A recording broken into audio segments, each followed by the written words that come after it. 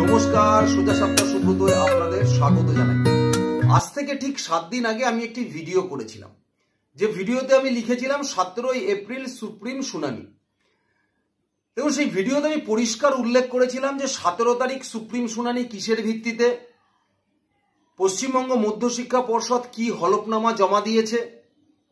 এবং সেই ভিডিওতে আমি পরিষ্কারভাবে স্পষ্টভাবে বলেছিলাম যে 17 তারিখ সুপ্রিম শুনানিতে রাজ্য সরকার অর্থাৎ পশ্চিমবঙ্গ মধ্যশিক্ষা পর্ষদের যে আবেদন, সেই আবেদনে গুরুত্ব দেবে সুপ্রিম কোর্ট। কেন বলেছিলাম সেই বিস্তারিত বিষয় আমি সেই ভিডিওতে উল্লেখ করেছিলাম।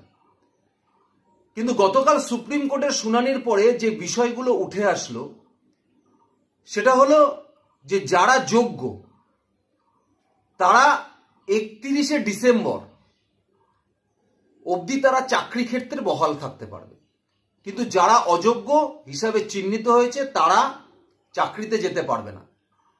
এবং তার সাথে সাথে গ্রুপ সি গ্রুপ ডি অর্থাৎ যারা শিক্ষাকর্মী আছে তাদের ক্ষেত্রে দুর্নীতি আরো বেশি ছিল, সুতরাং তারা কেউ আর স্কুলে যেতে পারবে না। তার সঙ্গে সঙ্গে সুপ্রিম কোর্ট বলেছেন যে আগামী 31শে মের মধ্যে রাজ্য সরকারকে বিজ্ঞাপন জারি করে চাকরির ক্ষেত্রে সেই হলফনামা, সেই বিজ্ঞাপনের ফটোকপি অবশ্যই সুপ্রিম কোর্টে জমা দিতে হবে। এবং আগামী 31শে ডিসেম্বরের মধ্যে যে চাকরির প্রসেস আছে সেই প্রসেস সম্পূর্ণভাবে কমপ্লিট করে দিতে হবে। সুতরাং এই রায় বেরোনোর পরে যে কথাগুলো বারবার আসছে রাজ্য সরকারের তরফ থেকে, মমতা বন্দ্যোপাধ্যায়ের তরফ থেকে, ব্রাত্য বসুর তরফ থেকে বারবার বলা হচ্ছে এটা আমাদের কাছে একটা স্বস্তির ব্যাপার। তাই এটা কি আদৌ নবান্নের কাছে স্বস্তির নাকি নবান্নের কাছে পুরোপুরি অস্বস্তির, এটা আমি আপনাদের কাছে আজকে তথ্য প্রমাণ সহকারে ব্যাখ্যা করব।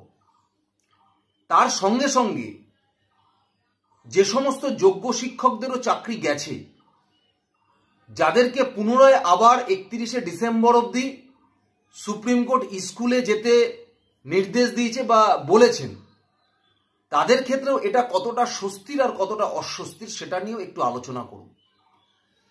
দেখুন, গত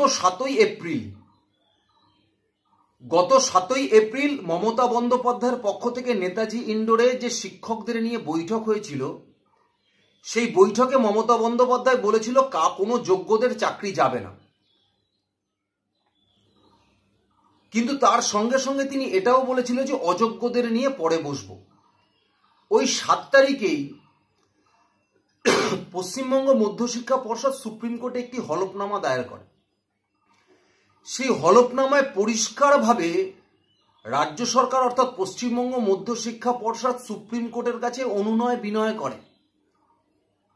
সেই 11-12 পাতার যে হলফনামা তাতে পরিষ্কারভাবে উল্লেখ আছে যে সুপ্রিম কোর্টের প্রধান বিচারপতির কাছে পায়ে ধরতে চেয়েছে পশ্চিমবঙ্গ মধ্যশিক্ষক। তারা পশ্চিমবঙ্গের এই শিক্ষা ব্যবস্থার যে কঙ্কালসায় রূপ সেটাকে তুলে ধরেছে। তারাও বলেছেন যে এই মুহূর্তে পশ্চিমবঙ্গে যদি এতজন শিক্ষক স্কুলে যাওয়া বন্ধ করে দেয় তাহলে সেইখানে দাঁড়িয়ে পশ্চিমবঙ্গের একাধিক স্কুল বন্ধ হয়ে যাবে, পরীক্ষা বন্ধ হয়ে যাবে, মাধ্যমিক উচ্চ মাধ্যমিকের খাতা দেখা বন্ধ হয়ে যাবে। সুতরাং তার উপরে ভিত্তি করে সুপ্রিম কোর্ট তার যে রায় দিয়েছে তার রায়ের মধ্যে একটু পুনর্বিবেচনা করুন, অন্তত যারা যোগ্য আছে তাদেরকে স্কুলে যেতে দিক। এবং এসএসসি আগামী দিনে যে পরীক্ষা নেবে সেই পরীক্ষা নেওয়া এবং এই একাডেমিক ইয়ার অর্থাৎ ডিসেম্বর, এই দুটোর মধ্যে যেটা আগে হবে ততদিন অবধি তাদেরকে স্কুলে রাখা হোক। দেখুন, বারবার ক্ষেত্রে গেছে যখন আইনের দরজায় গেছে, পশ্চিমবঙ্গ শিক্ষা দপ্তরের এই যে হলফনামা, এই হলফনামার উপরে ভিত্তি করে সুপ্রিম কোর্ট মনে করেছেন এবং আবেগের দৃষ্টি দিয়ে দেখেছেন যে সত্যি পশ্চিমবঙ্গের শিক্ষা ব্যবস্থা, স্কুলগুলো বন্ধ হয়ে যাবে, ছাত্ররা স্কুলে আসতে চাইছে না, পরীক্ষার খাতা দেখা বন্ধ হয়ে যাবে। সুতরাং সেই মানবিক দৃষ্টিভঙ্গির দিক থেকে সুপ্রিম কোর্ট মমতা বন্দ্যোপাধ্যায় বলতে পারেন বা নবান্ন বা পশ্চিমবঙ্গ সরকারের যে অনুরোধ সেই অনুরোধটা রেখেছে। এবং সেই এফিডেভিটেই পশ্চিমবঙ্গ সরকার বলেছিল যে যে সমস্ত যোগ্য শিক্ষকদের আপনি একাডেমিক ইয়ার অবধি রাখবেন তারা কিন্তু পরবর্তীকালে স্থায়ী চাকরির জন্য আবেদন করতে পারবে না। এটা কে বলেছিল? বলেছিল পশ্চিমবঙ্গ মধ্যশিক্ষা পর্ষদ এভিডেভিট দিয়ে। সেই এভিডেভিটে তারা এটাও স্বীকার করেছে যে সুপ্রিম কোর্টের যে রায় নতুন করে পরীক্ষা নেওয়া, সেই নতুন করে পরীক্ষা নেওয়ার জন্য এসএসসির সাথে কথা হয়েছে, আমরা নতুন করে পরীক্ষা নেব। এবং গতকাল যখন সুপ্রিম কোর্টের শুনানি ছিল, সেই শুনানির উপরে ভিত্তি করে পশ্চিমবঙ্গ মধ্যশিক্ষা পর্ষদ যা যেটুক চেয়েছে সুপ্রিম কোর্ট তাদের সেই কথাটুকুই রেখেছে। তাদের সেই কথার উপর ভিত্তি করেই সুপ্রিম কোর্ট বলেছে আগামী একাডেমিক ইয়ার অবধি এরা থাকতে পারে যারা যোগ্য, কিন্তু যারা অযোগ্য তারা স্কুলে যেতে পারবে না। এখন প্রশ্ন দাঁড়িয়েছে কারা যোগ্য কারা অযোগ্য, এটা কিসের উপরে ভিত্তি হবে? সিবিআই এর দেওয়া তথ্যের উপরে কারা যোগ্য আর কারা অযোগ্য হিসাবে, যারা অযোগ্য হিসাবে চিহ্নিত হয়েছিল তারা ছাড়া আর বাকি যারা যোগ্য আছে তারা সবাই স্কুলে যেতে পারবে। একমাত্র গ্রুপ সি গ্রুপ ডি আর কেউ যেতে পারবে না, শুধু শিক্ষকদের মধ্যে থেকে। এখন প্রশ্ন হলো যে এটা একজন শিক্ষকের ক্ষেত্রে স্বস্তির না অস্বস্তির? দেখুন, আমি মনে করি একজন শিক্ষক হিসাবে যারা যারা শিক্ষকতা করতে স্কুলে গেছেন, এই 7 বছর 8 বছর শিক্ষকতা করেছেন, তাদের কাছে এই রায় কোনো স্বস্তির নেই, বরং অস্বস্তির। তার কারণ তারা ইতিমধ্যে পরিষ্কার হয়ে গেছে যে তাদের চাকরি কিন্তু আর থাকবে না। এবং তিনি যে স্কুলেই শিক্ষকতা এত বছর করেছেন, সেই স্কুলের ছাত্র থেকে শুরু করে তার কলিগ সবাই জেনে গেছে যে আগামী 31শে ডিসেম্বর পরে তিনি আর স্কুলে আসবে না। অর্থাৎ এতদিন যারা চাকরি করত যে আমি নির্দিষ্ট বয়সের পরে স্কুল থেকে রিটায়ার্ড নেব বা রিটায়ারমেন্ট হব, উপযুক্ত বেনিফিট নিয়ে সরকারের, আর এখন তারা স্কুলে যাবে যে রিটায়ারমেন্টের খবর জানার পরে তারা স্কুলে যাবে এবং পরবর্তীকালে রিটায়ারমেন্টের পরে আর তারা কোনো বেনিফিট পাচ্ছে না সেটা জেনেই তারা স্কুলে যাবে। অর্থাৎ 31শে ডিসেম্বর তাদের লাস্ট। এখন প্রশ্ন হলো যে ছাত্রটা বা যে ছাত্রীটা তার সামনে বসে পরীক্ষা দেবে, তারা যখন কোনো সময় অন্যের খাতা দেখে লিখবে বা তারা যখন টুকলি করবে, সেই শিক্ষকের কি অধিকার আর জন্মাবে যে সেই ছাত্র তাকে গিয়ে বলার অন্যের খাতা দেখা পাপ, অন্যের খাতা দেখে লেখা যাবে না, বলতে পারবে?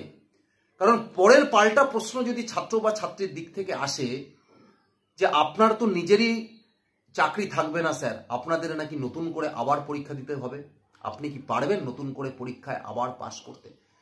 বা যে সম্মান নিয়ে তারা স্কুলে যেত, সেই সম্মান নিয়ে কি তারা আবার স্কুলে যেতে পারবে? পারবে না। কিন্তু নবান্নের স্বস্তির থেকে অস্বস্তির জায়গাটা কেন আমি বললাম, তার কারণ গতকাল সুপ্রিম কোর্ট এই পশ্চিমবঙ্গ মধ্যশিক্ষা পর্ষদ এর এই হলফনামার ভিত্তিতে, এই শুনানির ভিত্তিতে যে রায় দিয়েছে, সেই রায়ের যে কপি বেরিয়েছে, সেই কপির দিকে যদি দৃষ্টি রাখা যায় একবার, তাহলে আপনারা বুঝতে পারবেন যে এটা নবান্নের কাছে পুরোপুরি অস্বস্তির ব্যাপার। তার কারণ নবান্ন চেয়েছিল কি এটাকে দীর্ঘায়িত করতে, যে কোনোভাবে তার শিক্ষা ব্যবস্থার কঙ্কালসার রূপ দেখিয়ে কোনোভাবে দীর্ঘায়িত করে যদি 2026টা পার করে দেওয়া যায়। এটা সুপ্রিম কোর্ট খুব ভালোভাবে উপলব্ধি করেছিল। তাই সুপ্রিম কোর্ট নবান্নকে সুপারিশ, নবান্নের সুপারিশ বা পশ্চিমবঙ্গ মধ্যশিক্ষা পর্ষদের সুপারিশ মানার সঙ্গে সঙ্গে তাদের এমন কিছু জিনিস বলে দিয়েছে যে যেখানে দাঁড়িয়ে নবান্ন বুঝতে পারছে যে এখানে আর কোনো কিছু করার নেই, সুতরাং যে ইকুয়েশন মমতা বন্দ্যোপাধ্যায় করতে চাইছিল সেটা কিন্তু করতে পারবে না। দেখুন, যে নির্দেশনামা আছে, সেই নির্দেশনামার 3 নম্বর পয়েন্টে সুপ্রিম কোর্ট পরিষ্কারভাবে বলছে, the state government, the applicant, West Bengal board of secondary education and the West Bengal school service commission shall fire their respective affidavit by 31/5/2025।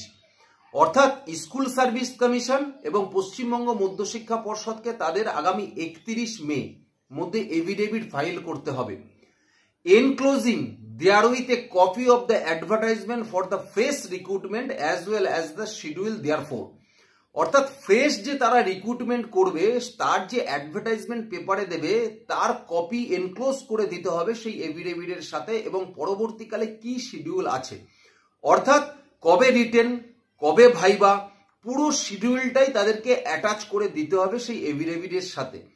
So as to the ensure completion of the recruitment process by 31 December 2025।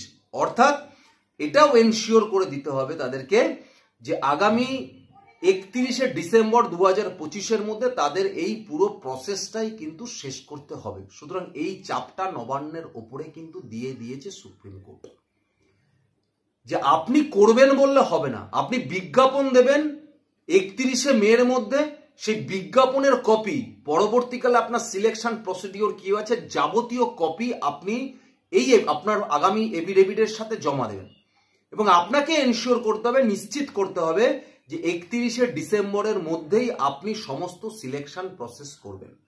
অর্থাৎ পশ্চিমবঙ্গ মধ্যশিক্ষা পর্ষদ যেটা বলেছিল নতুন selection process আর এই academic ইয়ার দুটোর মধ্যে যেটা আগে হবে, এখানে দাঁড়িয়ে কোনো দোলাচলের মধ্যে না থেকে সুপ্রিম কোর্ট পরিষ্কারভাবে দাঁড়িয়ে দিয়েছে একাডেমিক ইয়ার অবধি দেওয়া হলো যোগ্য শিক্ষকদের স্কুলে যাওয়ার অধিকার, কিন্তু এই একাডেমিক ইয়ারের মধ্যেই আপনাদের সিলেকশন প্রসেস সম্পূর্ণ করে দিতে হবে। কিন্তু তার সঙ্গে সঙ্গে 4 নম্বর পয়েন্টে সুপ্রিম কোর্ট পরিষ্কারভাবে উল্লেখ করে দিয়েছেন যে in case the advertisement is not published by 31st May 2025 and the affidavit are not filed by the date, appropriate order will be passed by this court including imposition of cost and vacating of the present order। তার মানে বলছে যে যদি supreme কোর্টের অর্ডারের ভিত্তিতে যদি পশ্চিমবঙ্গ মধ্যশিক্ষা পর্ষদ বা এসএসসি আগামী 31শে মের মধ্যে কোর্টে হলফনামা এবং তার যাবতীয় কপি অ্যাডভার্টাইজমেন্ট কপি জমা দিতে না পারে, তাহলে যে অর্ডার কোর্ট আজকে দিচ্ছে সেই অর্ডারকে মান্যতা না দেওয়ার জন্য তাদের উপরে চার্জ অ্যাপ্লিকেবল হতে পারে, বা তার সঙ্গে কোর্ট এই যে অর্ডারটা দিচ্ছে যে 31 ডিসেম্বর অবধি যোগ্য শিক্ষকরা চাকরি করতে পারে, সেই অর্ডারটাও কিন্তু খারিজ হয়ে যাবে। নবান্নকে পরিষ্কার বার্তা দিয়ে দেওয়া হয়েছে যে আপনি মনে করবেন ওটা বাড়াবেন, তা হবে না, বা আপনি রিভিউ পিটিশন করে ওটা বাড়ানোর চেষ্টা করবেন, তা কিন্তু হবে না। সুতরাং আপনি চেয়েছেন একাডেমিক ইয়ার অবধি, আপনাকে একাডেমিক ইয়ার অবধি দেওয়া হলো, কিন্তু একাডেমিক ইয়ারের মধ্যে যদি আপনাকে পরীক্ষা নিতে হবে, কিন্তু আপনি পরীক্ষা নেবেন একাডেমিক ইয়ার মানে এই 1 বছর চলবে, তা হবে না। 31শে মের মধ্যে কোর্টে এফিডেভিট সহকারে অ্যাডভার্টাইজমেন্ট যে আপনি দিয়েছেন, আপনার প্রসিডিওর কি আছে, সমস্ত কিছু কপি অ্যাটাচ করে জমা দিতে হবে। না হলে যে অর্ডার আজকে দিচ্ছি যে 31 ডিসেম্বর অবধি একাডেমিক ইয়ার অবধি শিক্ষকরা স্কুলে যাবে, সেই অর্ডারটাও কিন্তু ক্যান্সেল হয়ে যাবে। তার সঙ্গে সঙ্গে কোর্ট বলছে we clarify that this order shall not be read as conferring any special right or advantage on the aforesaid teacher insofar as the fresh recruitment process is concerned। তার মানে যারা যারা এই কটা দিন স্কুলে চাকরি করবেন এই 31 ডিসেম্বর অবধি, তারা পরবর্তীকালে নিজের স্থায়ী চাকরির জন্য কিন্তু কোনো আলাদা সুযোগ সুবিধা পাবেন না বা দাবিও করতে পারবে না। অর্থাৎ যে সিলেকশন প্রসিডিওর আসবে সেই সিলেকশন প্রসিডিওরেই আপনাদের আবার পরীক্ষা দিয়ে পাশ করে আসতে হবে।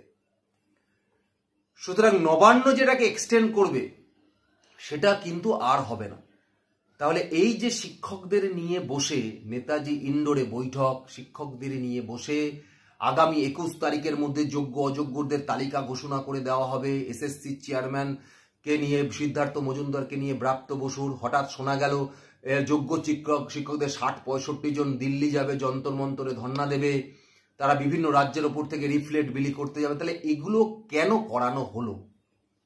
কেন ব্রাত্য বসু এগুলো করালো? কেন তৃণমূল কংগ্রেস করালো? কেন মমতা বন্দ্যোপাধ্যায় এগুলো করালো? সুতরাং আজকের দিনে দাঁড়িয়ে এটা পরিষ্কার হয়ে গেছে যে কোনো শিক্ষকদেরই চাকরি থাকছে না, কোনো গ্রুপ ডি গ্রুপ সি চাকরি থাকছে না। শুধুমাত্র রাজ্য সরকার পায়ে ধরেছিল বলে এই যারা যোগ্য হিসাবে এখনো চিহ্নিত আছে তাদেরকে ওই 31 ডিসেম্বর অবধি তারা স্কুল করবে। নতুন সিলেকশন প্রসেসে তারা কোনো এক্সট্রা অ্যাডভান্টেজ পাবে না, তাদেরকে পরীক্ষার মধ্যে থেকেই নতুন করে পাশ করে আসতে হবে। যারা পাশ করবে তারা চাকরি আবার পাবে, যারা পাশ করবে না তাদের টাটা বাই বাই, কিছু করার নেই। এটাই একদম পরিষ্কার বার্তা। সুতরাং আপনাদের এই চাকরি খাওয়ার পেছনে একমাত্র তৃণমূল কংগ্রেসের এই দুর্নীতি, চুরি পয়সা দিয়ে লোককে চাকরি দেওয়া, মমতা বন্দ্যোপাধ্যায়ের ভাওতা, এগুলোই একমাত্র দায়ী। সুতরাং আপনারা যারা ভেবেছিলেন না যে মমতা বন্দ্যোপাধ্যায় আপনাদের বাঁচাবে, মমতা বন্দ্যোপাধ্যায় আপনাদের বাঁচায়নি।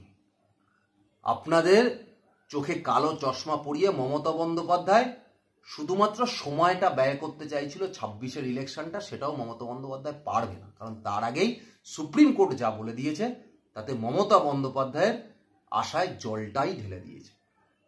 সুতরাং এই ধারায় নবান্নের যতটা স্বস্তি তার থেকেও বেশি অস্বস্তি বলে আমার মনে হয়। আপনাদের কি মনে হয় অবশ্যই আমাকে কমেন্টস বক্সে জানাবেন। ধন্যবাদ, নমস্কার।